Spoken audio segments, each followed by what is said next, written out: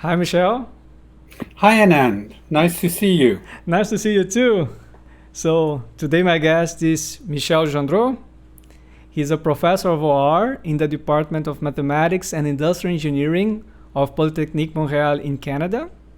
His main research area is the application of OR methods to a wide range of problem areas, including transportation and logistics systems planning and operation, energy production and storage, healthcare, and telecommunications. Michel has published more than 350 papers in peer-reviewed journals and conference proceedings. By the way, his Page Index on Google Scholar is 100. He was the director of the famous Center for Research on Transportation, formerly CRT and now CIRRELT, from 1999 to 2007. He was editor-in-chief of Transportation Science and has been a member of the editorial board of several journals. He was a former president of the Canadian OR Society, 3 times vice president of IFORS, as well as vice president of international activities of IFORS. In 2001, he received the Merit Award of the Canadian OR Society in recognition of his contributions to the development of OR in Canada. He was elected Fellow of IFORS in 2010, and in 2015, Michel received the prestigious Robert Herman Lifetime Achievement Award of the TSL Society of IFORS. Michel, it's a huge honor to have you here. Thank you so much for accepting the invitation. And how are you? I'm fine. I'm very glad to be here to have this conversation with you. Excellent. So tell me about your family background. My family background, contrary to what perhaps many people would expect, is not really scientific. Both of my parents are literary person. They studied French literature in university, and so they didn't have any particular mathematical skills. In fact, perhaps I could trace mathematical skills to my maternal grandfather, who was quite good at mathematics, but that's probably the only connections. And and if I go the other way, my 3 children do not have any particular mathematical skills either. They all studied in different areas, so it's not. I'm the exception in this family. Mm-hmm. Okay. Were you a quiet kid or a troublemaker? I think that my mother used to tell me that as long as as they could keep me interested, I would be a fairly quiet kid. But if I got bored, then I could become troublesome. And but this did not happen much. I would say when I was a kid, I was, for example, very much interested by school. I loved to go to school and to learn things in school. And I love to read. I would say reading was my main activity during vacations and things and weekends and things like that. I would get up early in the morning every day to have time to read before getting ready to go to school. Mm-hmm. You first intended to pursue a degree in philosophy. Yes, well, that's a strange story. I was in the math and physics uh, branch, but I was kind of fed up. I was fed up with mathematics. I was fed up with, even though I love physics, I was fed up with physics. So I decided that okay, I want to start in university in the philosophy program, but I lasted just a few months in there. I just couldn't cope with the fact that this was very different from what I had been used to, and I definitely did not have the maturity Oh, to really study philosophy. I was only 17, so it was I would say this was beyond my global capabilities. So I decided to switch to something else. And then I went to a program in management because I like being involved in organizations and stuff like that. mm-hmm. And I ended up doing a bachelor in commerce at McGill University. And while I was there, then I had two big big meetings with reality. First one was in the first term, I had to take a course in management information systems, which was basically a course, essentially a course in Fortran programming. And I just fell for programming from the moment I even looked at the book, the textbook for that course. I remember when I bought the textbook, um, I took it. I was going to my grandparents' house on that day. I took the book to their house, and I read straight the first seven chapters. Wow. This is early 70s, correct? This was 1973. Ah, okay. This was 1973. So it was. It wasn't exactly, I would say, the really tough programming of the 1950s and 1960s, but it was still close. It was still pretty. This was not really for kiss eaters, as they said. It was demanding. And then the following year, there was a compulsory course in operations research. And I would say from probably the first class, this was love at first sight. This was having the impression of this is the thing I always wanted to do. This is the thing that completely fulfills me. And I must say, more than 45 years later, I still feel that I'm completely convinced that if this thing did not exist, I would have had to invent it.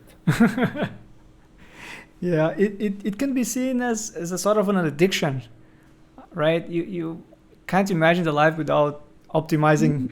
Well, it could be seen as an addiction, but it was just, when I was in college, I really loved physics. And in fact, I love more physics than mathematics. But then I realized several years later, I realized that what I really like in physics was I would say the applied math part. Yeah, It was modeling and setting up problems using mathematical models. And I realized this when I was in doing my master's. I was taking a course on network flows, and then network flows basically are of direct connection to electricity flow models in physics, and this was my favorite topics in physics. So this I could definitely see the connection. It was just basically the same interest, the same fascination going through from those electricity models in physics to network flow models in operations right. research. Kirchhoff's law, right? Exactly, exactly. Yeah, I teach that, to the freshman students here of computer engineering, by the way. Oh yes. Yeah, it's right. You had sort of to choose the electives, and you had double electives on computer science and quantitative methods, correct? Yeah, well, when I was doing my Bachelor of Commerce, the way things worked is that normally people would have one elective group. So they would be majoring in something like finance or marketing or human resources, stuff like that. And there was one in management information systems and one in quantitative methods. And through, I would say, sneaky maneuvering within the program, I managed to complete both elective groups Oh. instead of just one. And I just felt I was very happy to be able to do both sides. And when I finished my undergrad studies, to me, I I really enjoyed OR, but I really enjoyed you know computers, computer systems, and information systems. And for me, it wasn't all that clear which was the way to go. Mm-hmm. And I even had some level of questioning at that time. Mm-hmm. Right. So you finish the undergrad studies. You got a degree in 1975, Exactly. and you had two plans: Plan A and Plan B. Well, plan A is that I had applied for a scholarship, France Quebec scholarship, and I was hoping to go to France. And and then I had a backup plan, which was to stay in Montreal and go to University of Montreal. And due to the sheer incompetence of the French bureaucracy, I didn't get the final answer on my application in France as in September, and I didn't know if I had the scholarship to go to France. So basically, what I did is I had to make up my mind, and I decided to stay in Montreal and do a master's in University of Montreal. Yeah, you got enrolled in a computer science and OR program. At that time it was computer science, but there were four I would say specialization, one of which was OR. Mm-hmm. Mm-hmm. And you did not study combinatorial optimization in your master's. I I studied integer programming and stuff like that, but in my master thesis was on equilibrium modeling and things like that, and I wasn't really very focused on combinatorial optimization Mm-hmm. at that time. I when I was a master's and PhD student, in fact, I guess I took all the courses that were available in the program Mm-hmm. because I wanted to do everything. But my master thesis and my PhD dissertation were on continuous methods. I was working on those equilibrium models and things like that with complementarity conditions and user equilibrium and things like that. So it was very different Mm-hmm. from the the stuff that most people would know me for. Mm-hmm. Right. I guess that most people would be very surprised to read my PhD dissertation. Mm-hmm. Yeah, you mentioned about equilibrium models. They will apply to transit planning and things like that, right? Yeah, so the basic idea was to try to extend user equilibrium modeling that at that time was the big thing in I would say traffic modeling Mm-hmm. and try to extend this to transit systems. But there are kind of huge differences between the two types of models. So this was quite challenging. You had to code, right, in a simulation language based on I algo. coded at that time. I would code extensively. I love computer programming. I think that I remember at one point in time I was just trying to I think I'm making a list of the computer languages that I knew. I think I knew something like 9 or 10 different Wow. computer languages. I had learned IBM 360, 370 assembly language. I even eventually I learned uh, the assembly language for CDC computers. I have also learned kind of exotic things like APL and things like that. So I did know I did a lot of programming, and I worked also as a computer programmer, computer analyst, as a I would say part-time job. Ah, interesting. Yeah. I did this for a couple of years. Mm-hmm. Yeah, So you finished your master's in 1977, and also during the late 70s, it's when you attended the ORSA conferences. yeah, so after my master's, my supervisor, who was Michael Florian, invited me. He was organizing a session in the ORSATIMS meeting in Atlanta. And ORSATIMS, for those who don't know, is in fact the predecessor of INFORMS. INFORMS is the result of the merge in the mid 90s of ORSA and TIMS. So in those days, you would have two ORSA TIMS, TIMS ORSA. So the name would change from one conference to the other. They would alternate between ORSA TIMS and TIMS ORSA twice a year. And this was a big event. This was a huge event. So I attended my first conference in 1977. Yes. Yeah, and you're telling me once that you really enjoyed attending conferences in the pre-internet era. Yeah, Uh, because this was very exciting. This was very exciting because you were embarking on a journey.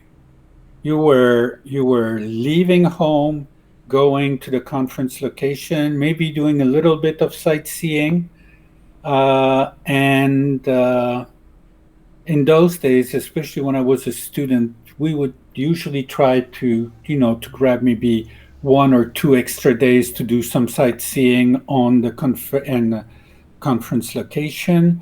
But besides that, you were at the conference.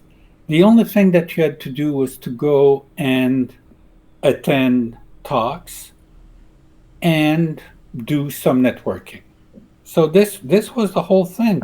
You weren't disturbed at all by stuff from home. You would arrive first day of the well, before the conference, give a phone call back home, say I'm okay, things all right, and that's it. And then you were at the conference. No stupid things like lining up to access a PC to check your email. No things like sitting in sessions with your laptop to check your email or things like that because there was no email. right. People don't realize this. Yes, I said there was no email. Actually, there was some email, but most people had didn't have access to email, or at least it was not part of everyday life. Mm-hmm. So you In feel those, that was more enjoyable. You could connect more with the people. You could get more well, involved. it had this kind of immersive Immersive, yes. quality, which it which which has been lost along the way. Now it's impossible to disconnect from your normal day-to-day life. In those Yeah. days, it was completely you were far, you were away. And Mhm. this was the same thing when you were traveling for leisure.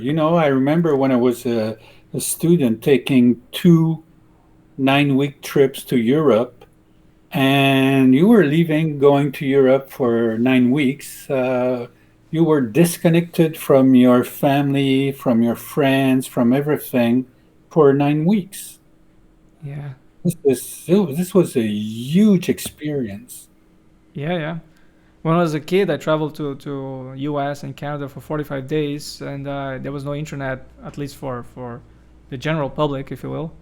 And I could experience that, the all the time you spent without having sort of an immediate connection with the family and close ones.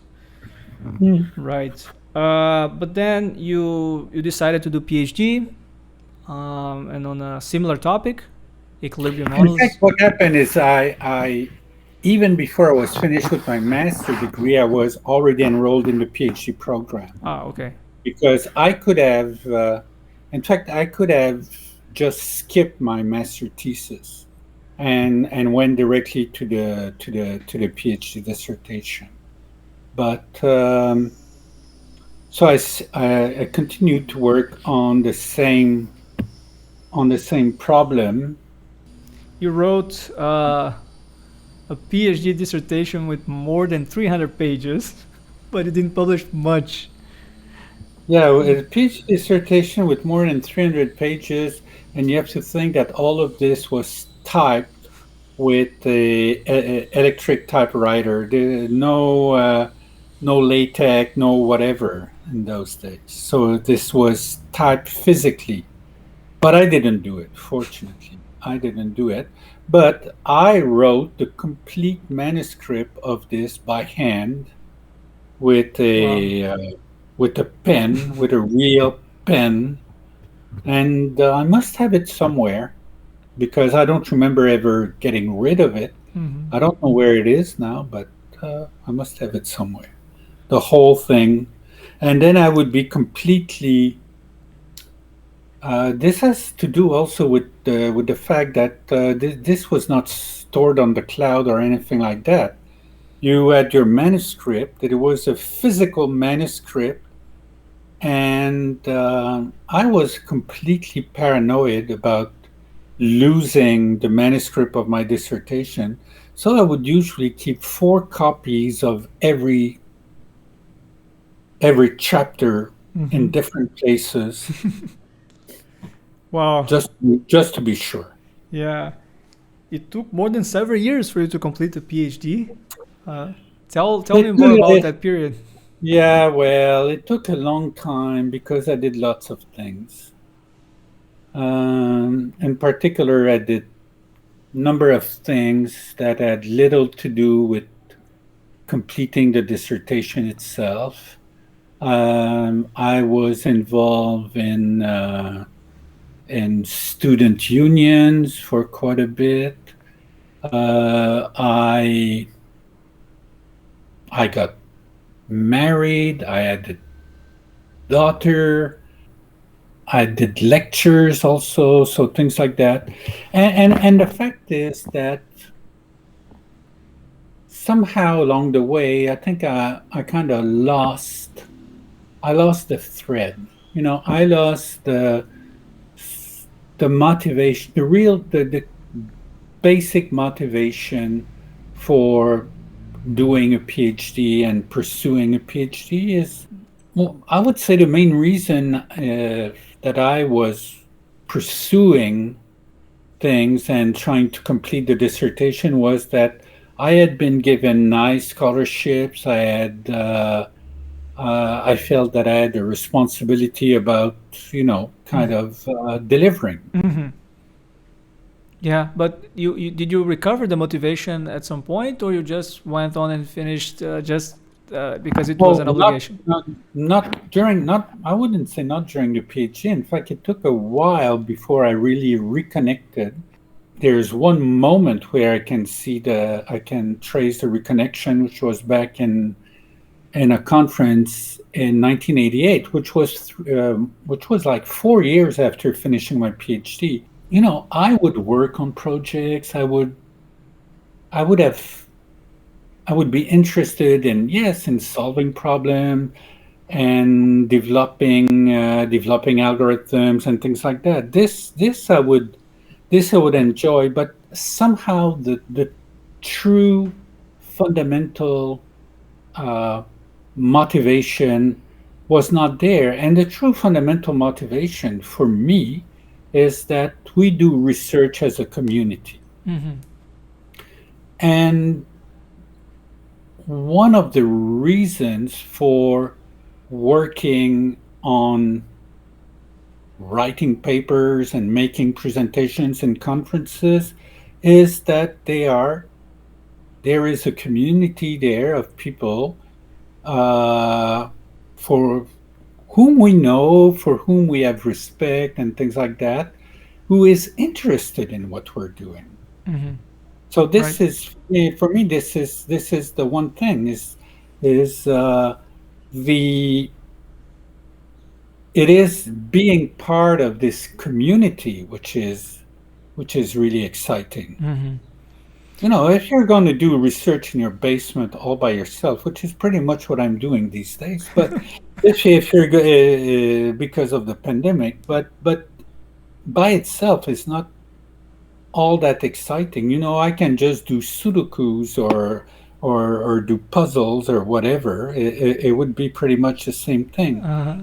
Yeah, I think the real interest is that the work that we do is something is being part of a larger community. And Mm-hmm. this is what I realized when I was talking about this point in time in 1988. I had been invited by my colleague Theodor Krenig, who had been very kind at that in those years and also in many other circumstances after that, um, to make a presentation in a session he was organizing uh, in Paris. the, in Paris in the Euro 11 conference. I can still remember this was Euro 11. Mm-hmm. And then I realized that the room was full of people who wanted to listen to my talk.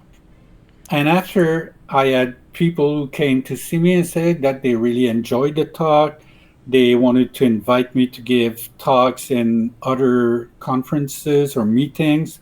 And then suddenly it just is as if the whole thing came back together. Mm-hmm. It may seem very strange, but it was kind of a defining moment. Right. It was a defining moment. It seemed that it made sense. It made sense to you at the time that all your work was worth uh, not only doing but also sharing. Yeah, Uh, yeah, because the key thing, and I think this is something that goes beyond the work. I think it has to do with lots of things that we do. The quest for meaning. mm-hmm. Yeah.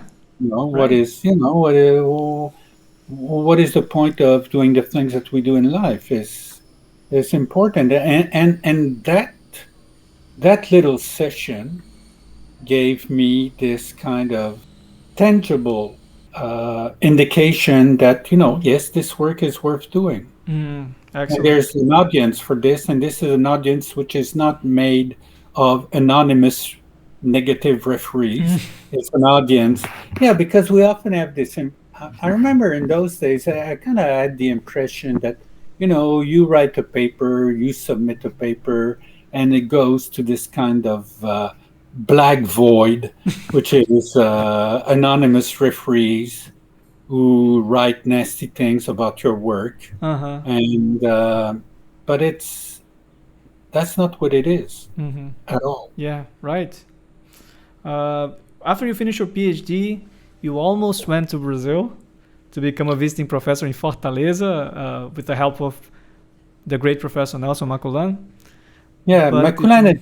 Maculan had been in Montreal while I was completing the last few years. I was working on my dissertation, and we had become quite close. And he offered me at one point, say, "Oh, I know there is this university in Fortaleza. I've heard that they're looking for visiting professors to go and spend 2 years with them. And would you be interested?" And and we thought that this was a very exciting adventure. I mean, this was for some time. This was the project I have to do after the PhD. Except that, uh, we already mentioned that a lot of those things go back to pre-internet days, and basically what happened is that all of the exchanges with this university and things like that were done by mail, Mm-hmm. and at one point the stream of letters just dried up. Wow. And the reason for this was that the department chair had been very ill Mm. and he just wasn't able to keep up Right. Yeah, that's very with sad. with lots of his duties. Mm-hmm. And one of the things that fell off the cart was this possible Opportunity. position Yes. in Yes. Fortaleza. Mm-hmm. So eventually, we gave up on on this possibility. And then when later he got back in touch, but they are dreams. If you don't do it when it's time, you never do. Yeah, I understand. And so we didn't go to Fortaleza. Mm-hmm.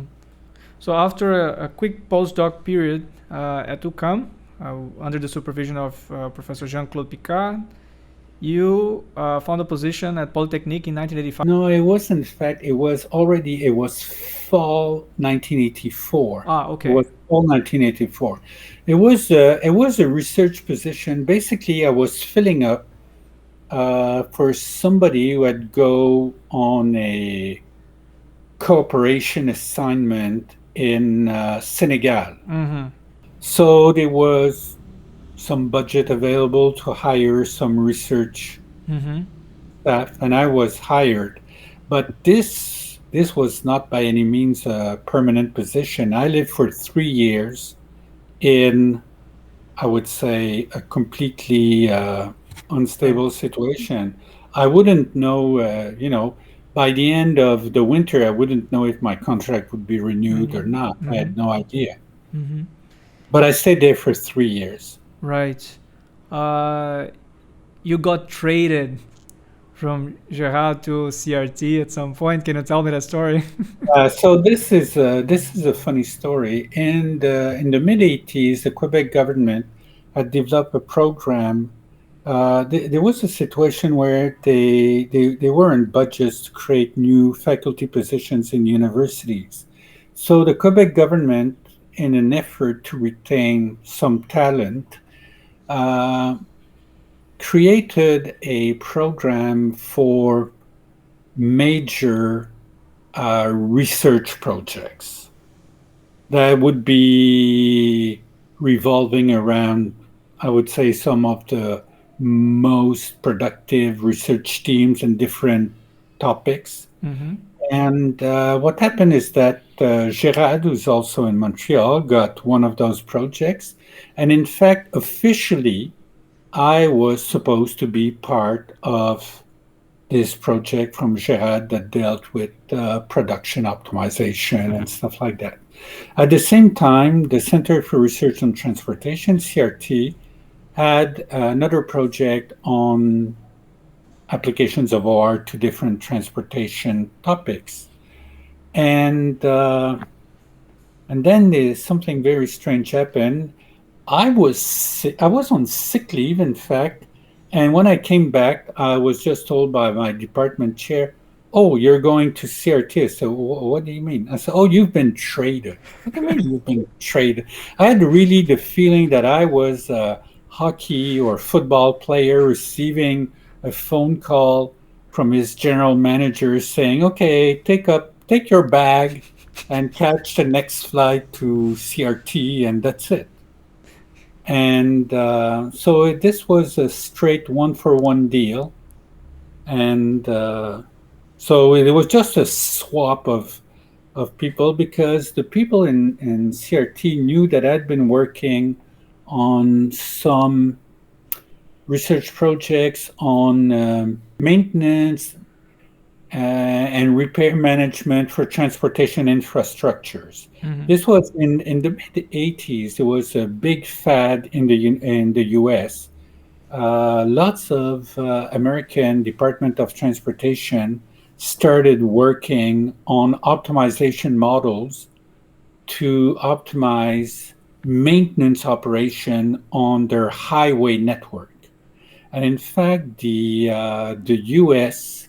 Federal Highway Administration, in fact, had a ruling at one point that DOTs that would not have an optimization software to manage their network by I don't remember which date, maybe January 1st, 1989, something like that, they would have their grants cut out.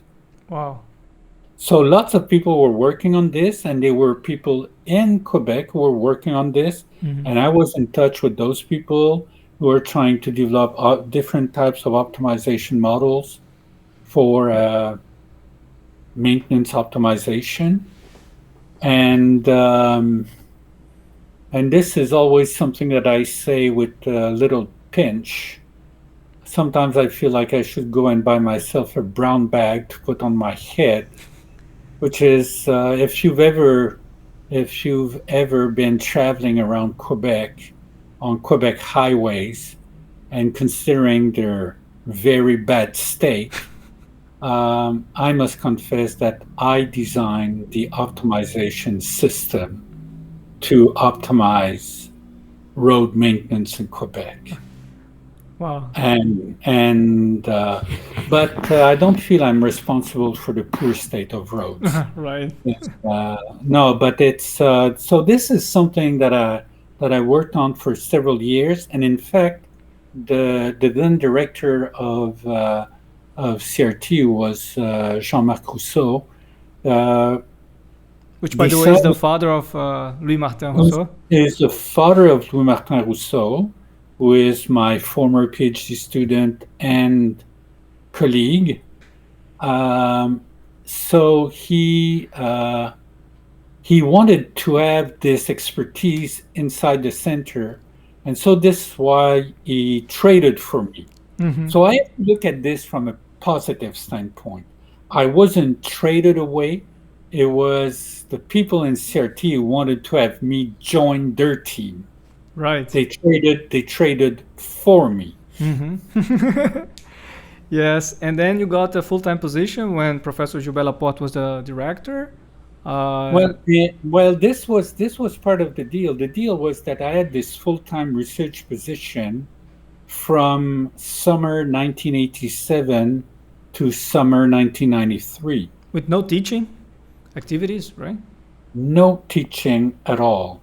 And in fact, Gilbert Laporte became director of the center in 1987, and he explicitly forbade me to take any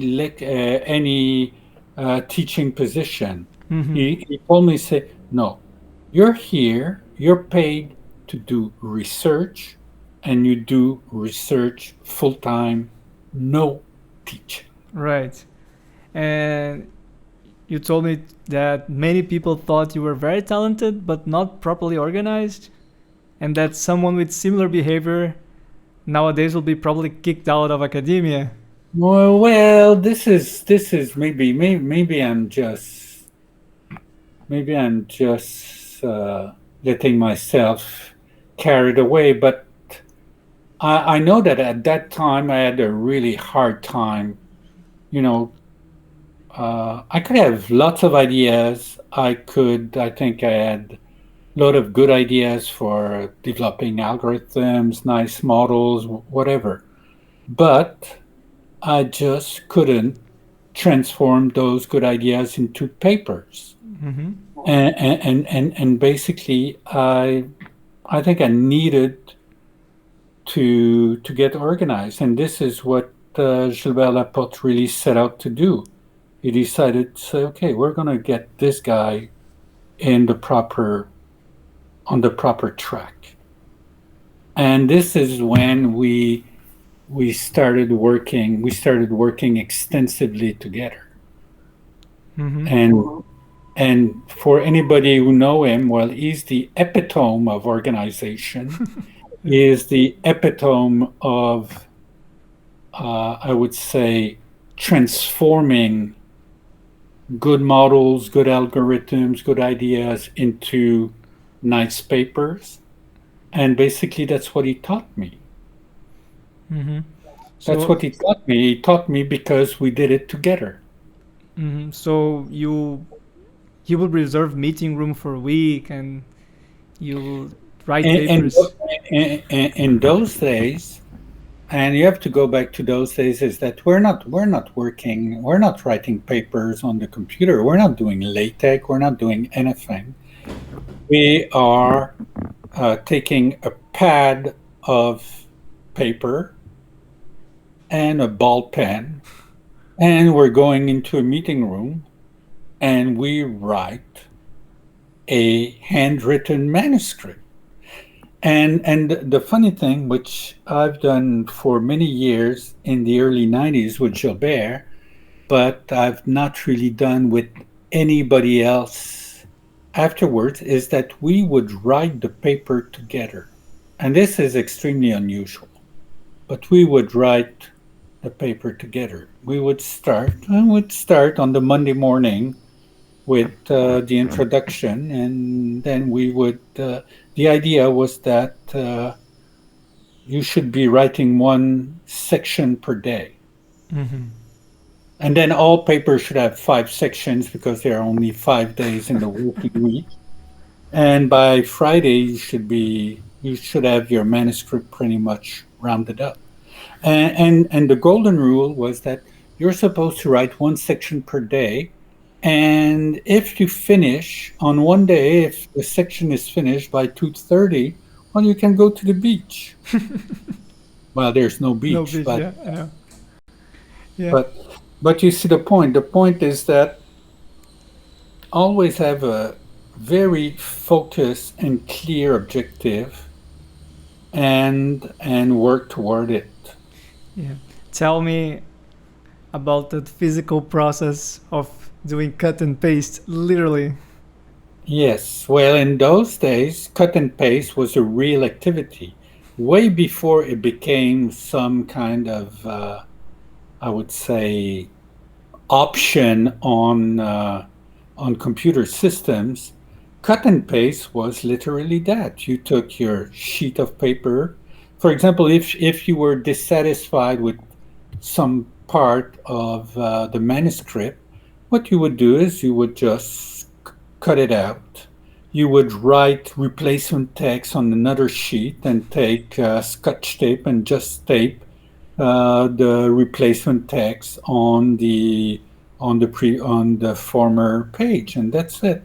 So it was, yes, it was physical cut and paste. Wow. And then you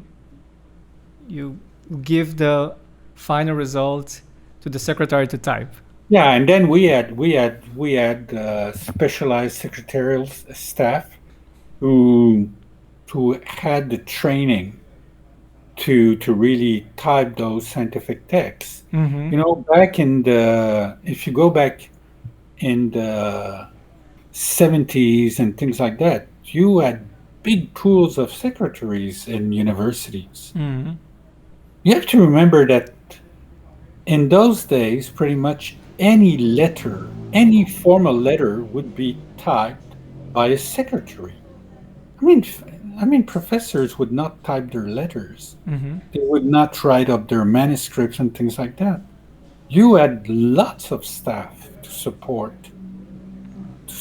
what was happening on a daily basis. Mm-hmm. Yeah. When you joined the CRT, you quit programming. Like one would quit smoking, as you said. Yeah, well, it's pretty much at the same time, although it's unrelated in a sense. It just happened at the same time. Is one day I just realized that if I wanted to be able to go on with an effective career as faculty member, I couldn't I couldn't keep on programming. And the reason being that programming is too immersive.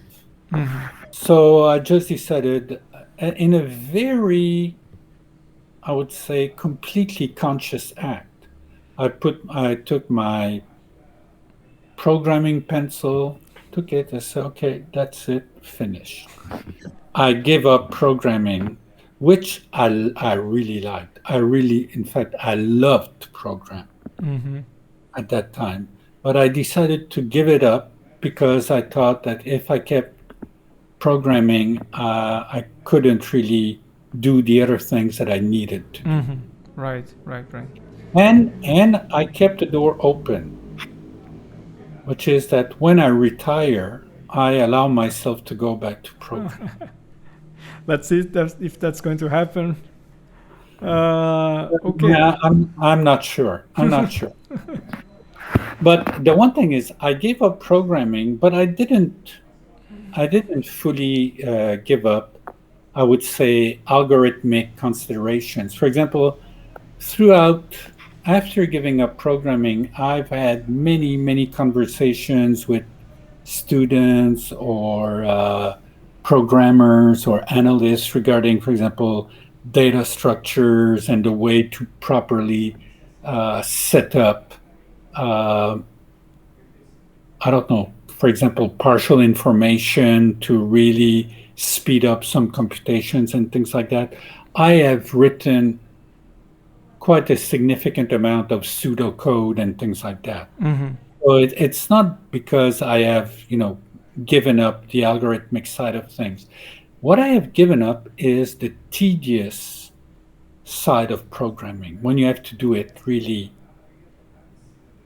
I Right. would say, in, I would say almost physically. Mm-hmm. Mm-hmm. Yeah. But anyway, after that adventure of working 6 years, right, and at CRT, you found a associate professor position at the University of Montreal and Yeah. So computer so science and OR. basically, yeah. So basically, what happened is that the program uh, on which I had been hired had this kind of very interesting feature. Is if a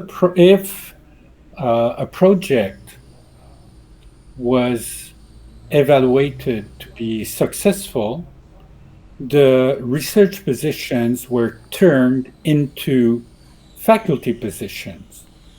So in our project in the center, uh, among the various positions, three positions became faculty positions in the Department of Computer Science and OR Mm-hmm. of Montreal. Mm-hmm. And fortunately, I was hired on one of those positions. Mm-hmm.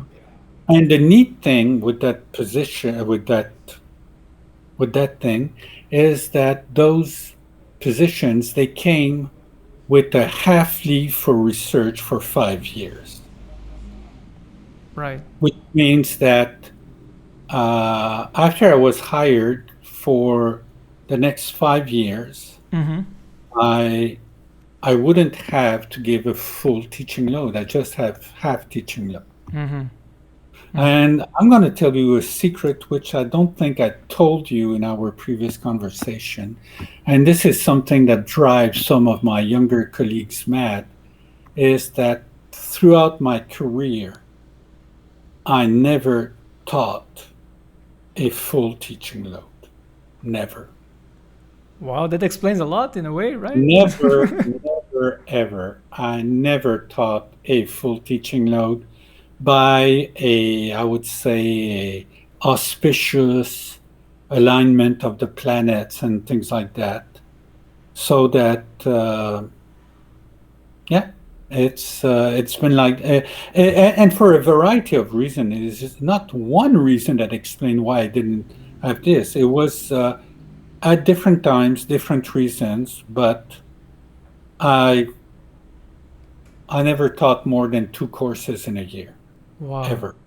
That certainly helped you improving your publication record and It did also help quite a bit. yeah. It did help quite a bit. Right. It's clear that it did help. tremendously. Mm-hmm. So years later, in 1999, you became the director of CRT until 2007. Yes. Right, and you had a Yes. very important role. I became, in fact, I became deputy director in 1996 with my friend Theodore Koenig was the director. So I worked with him for 3 years, and then I took over in 1999 when he stepped down. And you mentioned that one of your most important contributions was the transitions from CRT to CIRRELT. Yes, I am convinced that what happened is that in the early 2000s, this for kind of strange reasons. I would say strange and almost invalid reasons. The future of CRT was really at stake, and we had to find a way to move to the move on to something else. And the move was this creation of CIRRELT, which was in fact created by merging CRT with a center in Quebec City in Laval University called Centaur. And here I must really acknowledge the contribution of Alain Martel, who was director of Centaur, who was a major actor in this kind of transition. I am immensely grateful to Alain Martel. And also we integrated also, there was a chair in UQAM, there was another group in Polytechnique, there was, so basically transforming CRT into something which was larger, a larger unit, and which has kept on growing up, because back in when we first at the beginning, CIRRELT was had 5 parent universities, and now it's up to 8. So it has kept on growing up. I would say due to the excellent work of the people who have been leading CIRRELT afterwards. Yeah, it's a very successful center. There are Yes. many students and working there, so it's also very famous in our community. So I think you must be proud of the efforts and all the endeavors, right, to make the thing work. Well, I'm very proud to have been able to save the boat when he might have got wrecked. Right. And yes, I do consider that this is one of my main contributions to, I would say, science. Yeah, sure. And you had some couple of sabbaticals. One you said in Belgium, then another one that you told you went nowhere but you were everywhere. And then in 2009 you joined Polytechnique.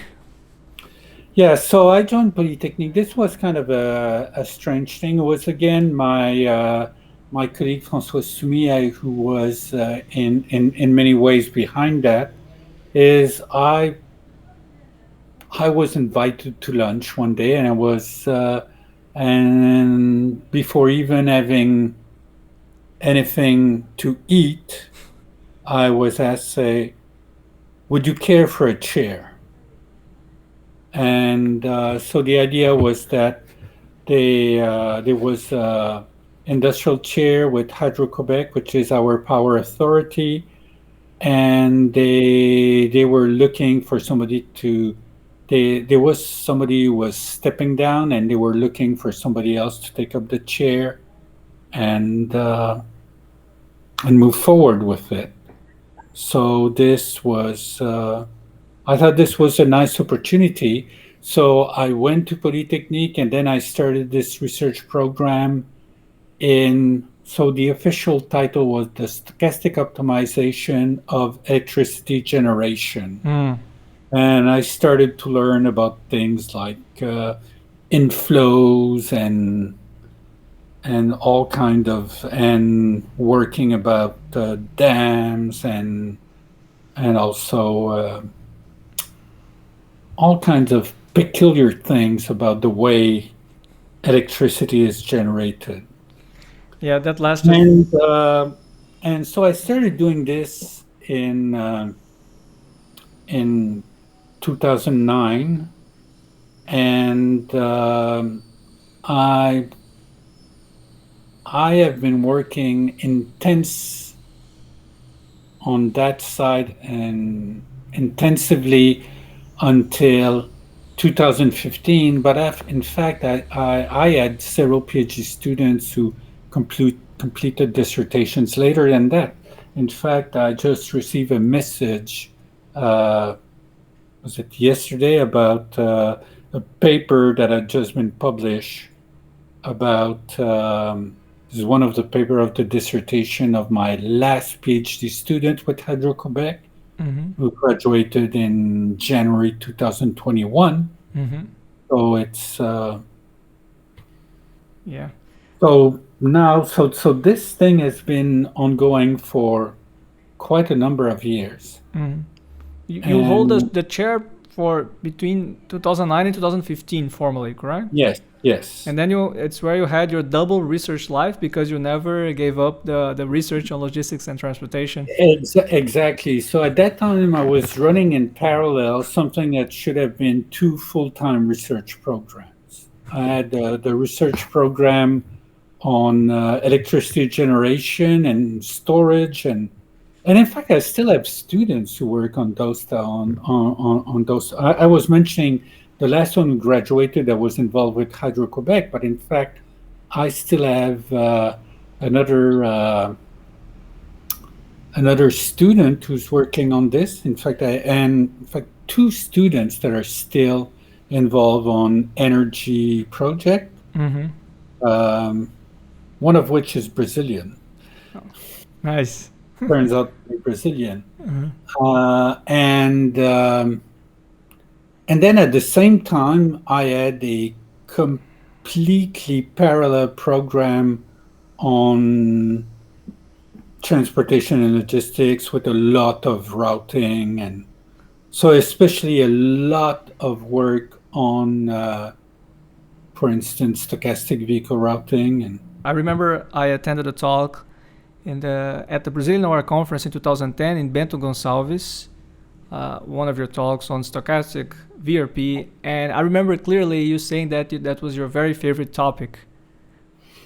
And I think I would still say the same thing. What I often tell when I'm giving talks on this, I often tell people, if I had to choose one topic on which I would have to, I could only work on one topic until the end of my life, this would be stochastic vehicle routing. Nice. Because there's still so much to be done. Mm-hmm. There's still so much to be done, and it's such a nice topic, Yeah. and so demanding. Mm-hmm. Mm-hmm. Right. Yeah, dealing with uncertainties, things that are not deterministic is certainly Yeah. really relevant. And there's, as you said, really uh, quite of a nice room to improve and to develop new ideas, and also based on the novel technologies or new ways of addressing transportation, these e-commerce things, last mile delivery. And in fact, you have to understand that if you look at a lot of the basic stochastic VRP models that have been developed up to the last few years, a lot of them are based on very restrictive assumptions. Mm-hmm. For example, customer demands are stochastic but independent. Mm-hmm. How can we believe that? It doesn't make much sense if you think about it. You know, if I'm delivering beer to convenience stores, I can expect beer consumption to be in different areas to be positively correlated. Mm-hmm. Correlated with sport events, Mm-hmm. correlated with holidays, correlated with weather, whatever it is. It would make a lot of sense. And then there are lots of other assumptions. And in fact, one thing which is very nice is that a couple of years ago we managed at least to develop something which for me had been quite elusive, but managed to develop an exact algorithm for vehicle routing with stochastic demands and optimal restocking, Mm-hmm. which in my mind had been some kind of holy grail for many years. So Mm-hmm. they had been work on optimal restocking uh, for fixed uh, routing plans, and there's been people that have been looking at optimizing routing plans, but putting everything together was kind of quite challenging. Mm-hmm. So Yeah. I'm very happy that this is something where there's been significant progress in the last few years. Mm-hmm. There's been there's been very nice work done in the last couple of years. Nice dissertations. I was on dissertation committees over the last couple of years where I think there was absolutely great work that Mm-hmm. was done. So I'm really looking forward for stochastic vehicle routing to keep on developing for the coming years. Mm-hmm. Yeah. Uh, so let's talk about your editorial work. What were the main lessons you had working as area editor of Informed Journal Computing for 12 years and acting as editor-in-chief of Transportation Science for about 6 years? Yeah. Um, yes. So one thing is that through this, I've been associate editor before that. I'd also been editor in chief of the Canadian Noir Journal in four. Uh, but I think one key lesson is that um, I've seen thousands of referee reports. And when you see thousands of referee reports, you see all kinds of referee reports. And over time, I would say that I've learned to take referee reports with a grain of salt. Mm-hmm. And to me, it's clear that there are lots of referees who are extremely professional, extremely dedicated, who really try to do a good job. But I wouldn't give a passing grade to everybody, obviously. Mm-hmm. So, yes, it may happen that you receive a referee report which is irrelevant, Mm-hmm. which is nonsensical. It does happen. I just received one today. Mm-hmm. It's this is so funny. Um, just on one of those stochastic VRP papers, I receive a message from some Brazilian co-authors, and we have three referee reports. Two of the reports make a lot of sense, and then one of the reports is I cannot believe that the referee has even read carefully the paper. And as an editor, uh, what are the challenges uh, when it comes to those Well, situations of? so some of the challenges as an editor is that you have to double check because there are people. I'm sorry. I believe that there are people who are not fully honest in this business. Oh. I believe this. I don't know whether people are doing a bad job because they're sloppy or because they have bad intentions. Mm-hmm. Quite honestly, I don't know.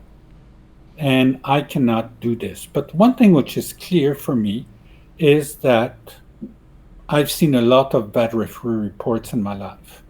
And when those are reports on papers that are not your papers, it's much easier to see it. Mm-hmm. When it's not your paper, it's so obvious at one point that this report is rubbish. No, but no, I mean sometimes it's so obvious. It is rubbish. Mm-hmm. Why is it rubbish? Well, let's say I leave the door open. The one thing also is that, which I think is very important, which has to be understood, is that referees make a lot of honest mistakes. Mm. And this is something that sometimes we have a hard time to understand as authors, which is that the referee has a limited time and a limited span of attention. Even if he or she tries to do a good job, there's only so much time to review Mm-hmm. papers. You cannot. I remember spending hours and hours and hours on reviewing papers, and just to realize that this was time that was very that was not well invested for Mm-hmm. all kinds of reasons.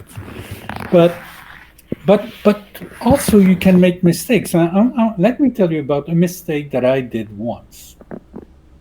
I started reviewing a paper which was proposing a heuristic on a problem on which I had worked a couple of years before Mm-hmm. and written a paper with some colleagues in CRT.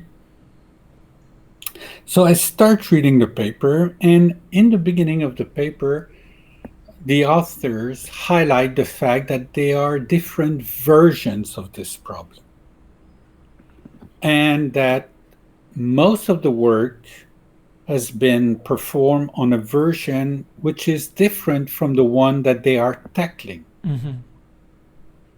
And they put this very clearly in the beginning of the paper.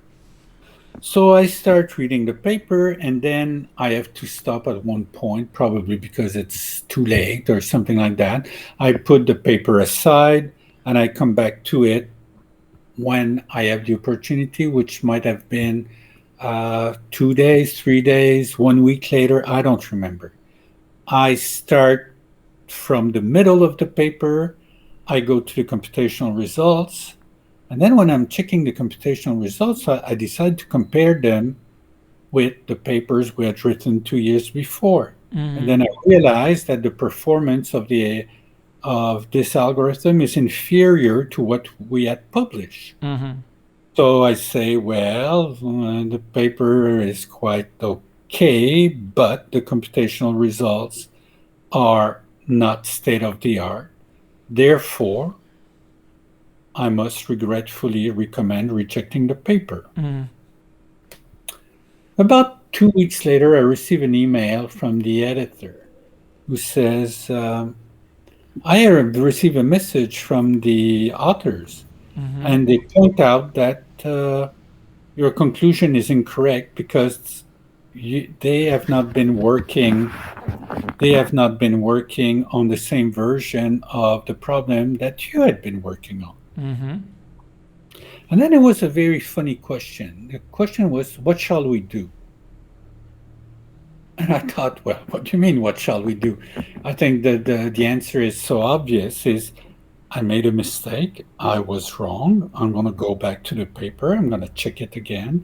I will just tell the authors that I made a mistake. Mm-hmm. But If I only think that everyone will do that, right? but I think that for many people this is just way too difficult. Yeah, I know. Yeah, yeah. And Right. but so the and eventually I corrected my report and the paper was accepted. But then you have lots of referees who are extremely stubborn, and they decide that they want to reject the paper because they do not like it for some odd reason. They don't like this approach. They don't like this. They don't like that. And some of those, you know, one of the problems is that the negative referees tend to be very stubborn, and they don't disappear. They stay there. While the positive referees, they just say at one point, okay, I recommend accepting the paper. So they will disappear in further rounds. And that creates a very unbalanced, very, I would say, inappropriate dynamics. So this is tricky, and this is something that we have to keep in mind.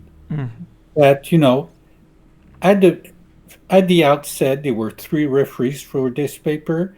2 of them recommended acceptance in earlier rounds, and now we have the stubborn person who doesn't want to let it go. And this is the point where editors have to step in. Right. And for me, editorial work has never been, it's not a vote. I know that there are editors where if the 3 reports are not positive, they just reject. Because, well, there must be something wrong. No, what might be wrong might be the referee report. Then let me tell you another funny story about editorial work. This happened when I was editor-in-chief of Transportation Science. There is this paper where there are 2 reports. Report 1 says, this paper is garbage, theorem 1 is false, reject this crap. Okay. Report 2 says, I really like this paper, it's a nice paper, blah, blah, blah. I have, 3 typos, and this can be published almost as is. And then I have a recommendation of the associate editor that says, major revision. So I'm looking at this as editor-in-chief, and I'm thinking, no, this cannot be. So one golden rule, major rejection is not a convex combination of acceptance and rejection. It's not. Right. It's not. No, but then you have to be kind of very thoughtful about the whole thing. There are 2 possibilities. Either referee 1 is correct, and there's a major flaw in the paper, and then the only reasonable outcome is rejection. Or referee 1 is wrong, because I've seen many times referees who say this theorem is incorrect and things like that. And in fact, the person who was wrong was not the author, it was the referee. Yeah. Okay, because referee reading too quickly or something like that, or forgetting some assumptions or things like that.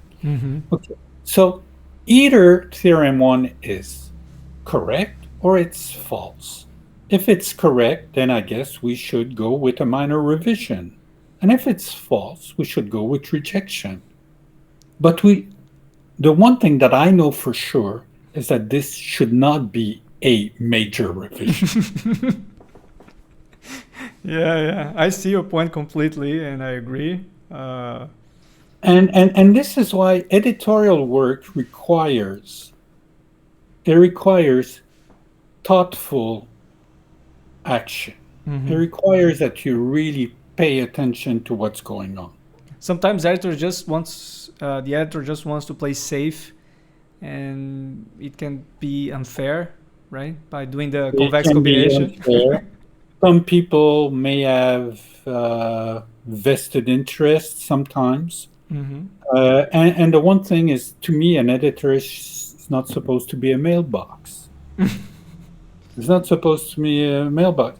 and sometimes in journals you have things where you really get the impression that you were forwarded a decision without any active mind looking at it. Mm-hmm. Yeah. It's Something almost like as automatic and something pretty much automatic, and I can understand because editorial work is extremely demanding. yeah, right. And I can tell you, I did 6 years. I did 12 years as area editor for Informed Journal and Computing, and I must say that through most of the years, this was quite manageable. Mm-hmm. It was quite manageable.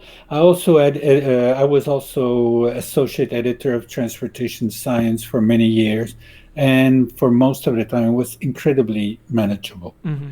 When I took over as editor in chief of Transportation Science, at the time I took the journal, we had about 150 submissions per year. 150 submissions is not so bad. It's about like 3 submissions per week, and even though you may have multiple iterations, it's not so bad. Mm-hmm. But by 2014, by my last year, we were at the point where we were getting more than 300 submissions. It's And incredible. then the burden became very heavy. Mm-hmm. And the burden was even heavier because I knew this was my last year as editor in chief. So I didn't want to make nominations of new AEs. And it turned out that I had lost a few AEs to various things, people retiring, people deciding that they wanted to orient their time differently, things Mm-hmm. like that. So I was working out with a depleted team of AEs, and I was having twice as many submissions. Mm-hmm. So this is quite demanding.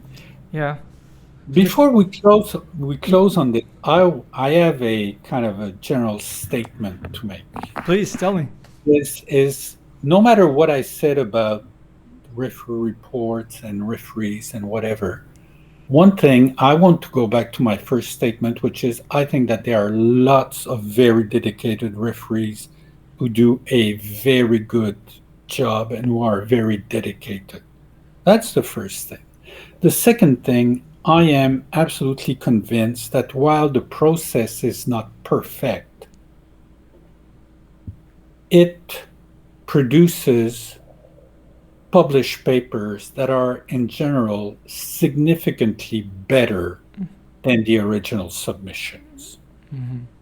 So, in my opinion, the process works in general. In general, right? Like anything else, you can always only have statistical conclusions.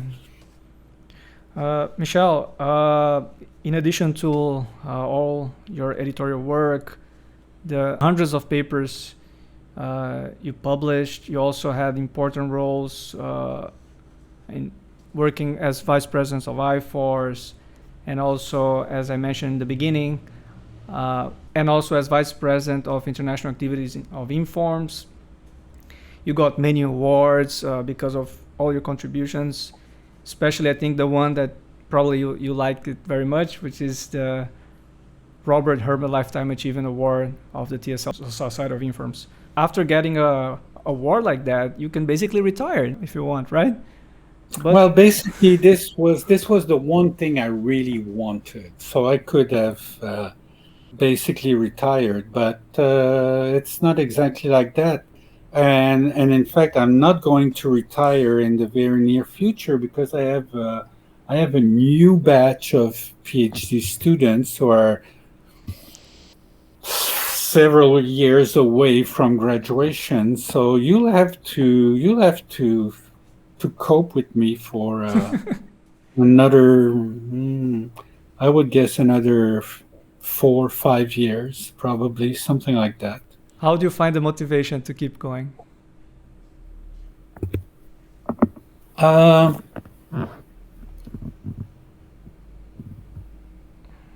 would say, the one thing I really like in academic life, besides traveling, some people would say that I was one of the traveling professors, but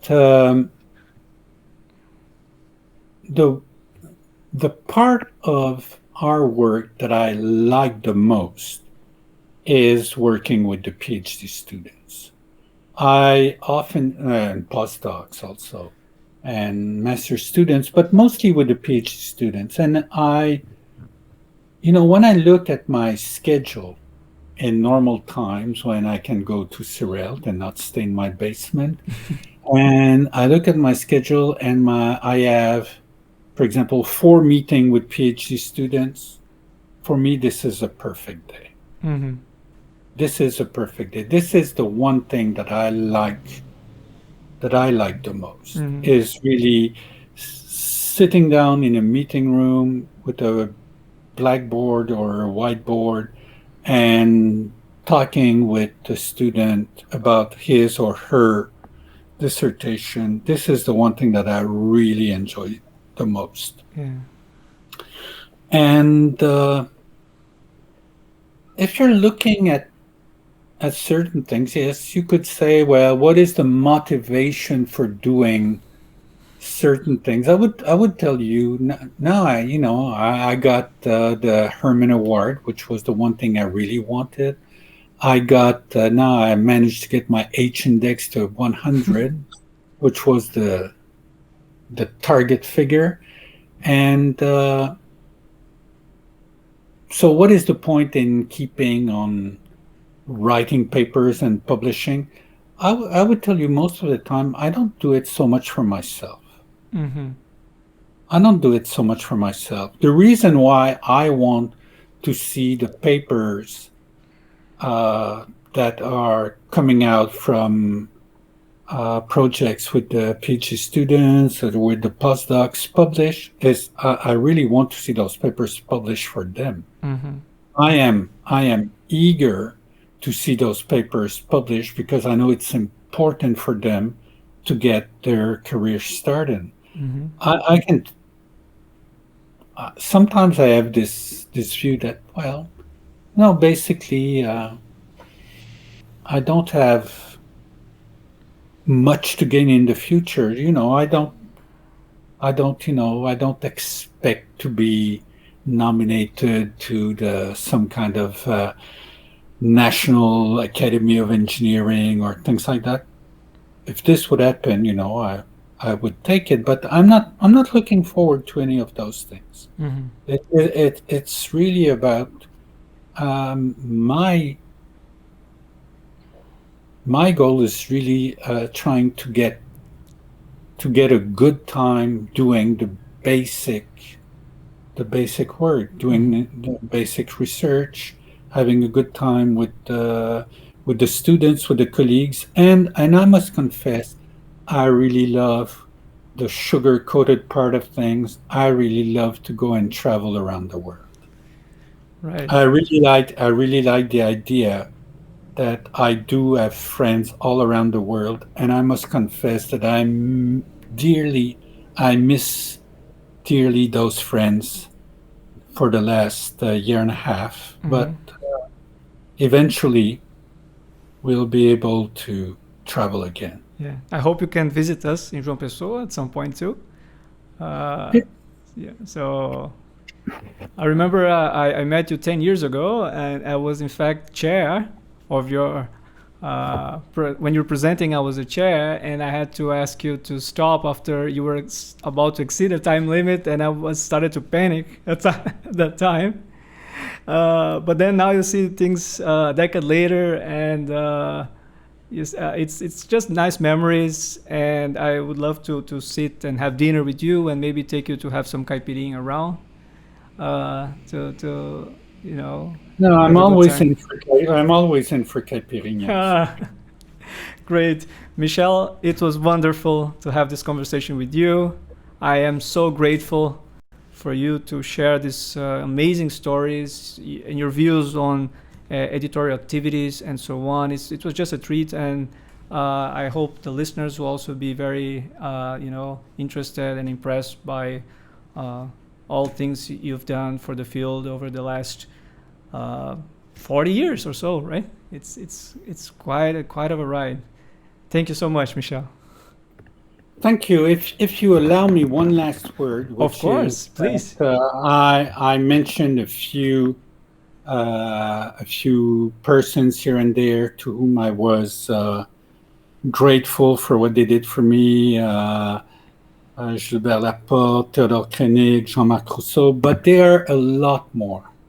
And in fact, I am extremely grateful to the colleagues I've been working on, the various colleagues I've been working on through time, because if you want to be a top scorer in any league, you need to play with good teammates.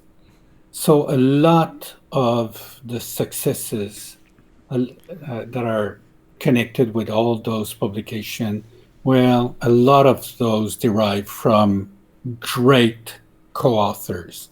And these include colleagues, but also the students. I am extremely grateful to my PhD and master students and to my postdocs, because I had a lot of fun with them. Yeah, and I think it's important even to mention that you had great PhD students. It's really hard to name all of them, but we can cite, for example, Thibaut Vidal, Louis-Martin Rousseau, Walter Hay, Dominique Fayet, and the list goes on. They're really important guys. And the list goes on. I mean, there are several. No, I just consider that I was extremely lucky to have great students throughout my career.